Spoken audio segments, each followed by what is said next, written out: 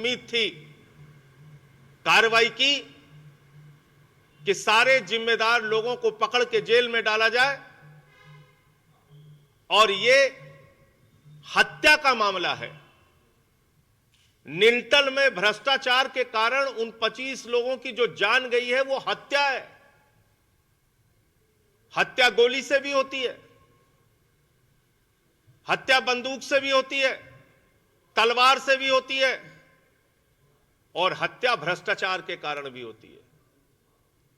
और यह हत्या आदित्यनाथ सरकार के शमशान में दलाली खाने और भ्रष्टाचार करने से हुई है। 25 लोगों की हत्या।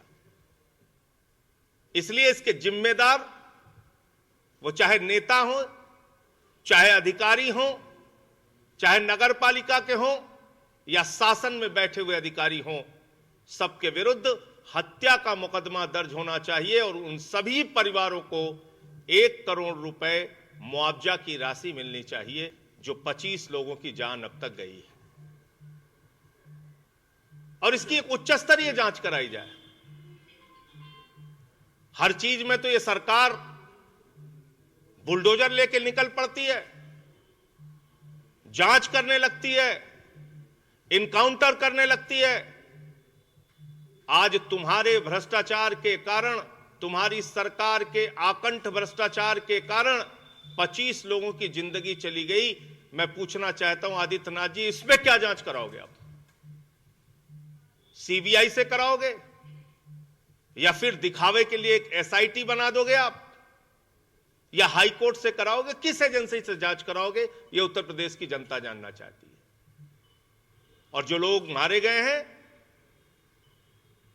वो हत्या है,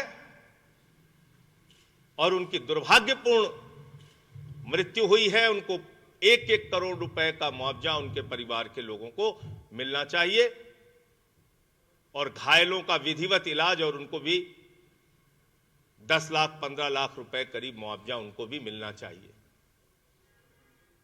जैसे जिसके हालात हों। दूसरा विषय, इस समय वार्ता चल रही है किसानों और सरकार के बीच में, जिसमें लगभग 50 किसान अब तक शहीद हो चुके हैं। उसमें पंजाब के भी हैं, हरियाणा के भी हैं, उत्तर प्रदेश के भी हैं, उत्तराखंड के भी हैं, और ये सरकार लाशें गिनने में लगी हुई है। पंजाब के कितने मरे, फिर हरियाणा के कितने मरे, फिर उत्तर प्रदेश के कितने मरे, फिर उत्तराखंड के कितने मरे, फिर बिहार के कितने मरेंगे, फिर उड़ीसा के कितने मरेंगे, फिर कर्नाटक के, फिर गुजरात के, फिर तमिलनाडु के कितने मरेंगे? क्योंकि इनको किसान की पीड़ा से लेना देना नहीं है, उनकी शहादत से लेना देना नहीं है।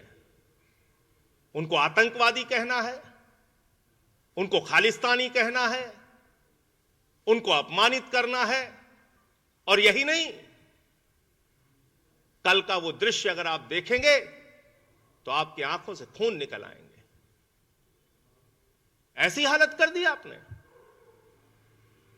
खट्टर की सरकार राजस्थान से आने वाले किसानों के साथ ऐसे लड़ रही है जैसे युद्ध लड़ रही है। इन जनरल डायर के चेहरों को पहचानिए आप लोग। ये जनरल डायर हैं जो युद्ध कर रहे हैं आपके साथ, उन अन्नदाताओं के साथ जो लोगों का पेट भरते हैं, जो प्रधानमंत्री जी का भी पेट भरते हैं, जो विधायकों का, सांसदों का, मंत्रियों का भी पेट भरते हैं। और मैं बार बार इस बात को कहता हूं कि कुत्ते भी जिसका खाते हैं उसके साथ वफादारी करते हैं। तुम तो शायद उनसे भी नीचे चले गए कि आज अपने ही किसान भाइयों के साथ, अन्नदाताओं के साथ दुश्मन देश जैसा व्यवहार कर रहे हो। गोले छोड़ रहे हो, आंसू गैस के गोले, उनको मार देना चाहते हो आप। तो सत्ता में बैठे हुए इन जनरल डायरों के चेहरों को पहचान लीजिए और वक्त आने पर इनका जवाब दीजिएगा। आज की वार्ता मैं समझता हूं अंतिम वार्ता के तौर पे पूरा हिंदुस्तान और किसान देख रहा है। इस वार्ता का सार्थक नतीजा सामने आना चाहिए और ये तीनों काला कानून वापस लिया जाए। अब ये सरकार, मोदी जी की सरकार, जो अडानी की गुलामी करने में लगी हुई है, अब इसको गुलामी से बाहर आकर किसान की पीड़ा सुननी चाहिए, जिसमें 50 जानें जा चुकी हैं, जिसमें पूरे देश का किसान आंदोलित है, जिसमें करोड़ों किसान आपसे फरियाद कर रहा है कि आप कृपा करके इन किसानों के मुद्दे का समाधान कीजिए और बिल वापस लीजिए, अडानी की गुलामी बंद कीजिए। यह पूंजीपतियों की गुलाम सरकार है और उन्हीं के लिए कानून बनाया गया है। वरना आप कल्पना कीजिए, जिस बिल को यह सरकार करोड़ों किसानों के हित में बता रही। हाथरस केस में गुड़िया के आरोपियों को उनकी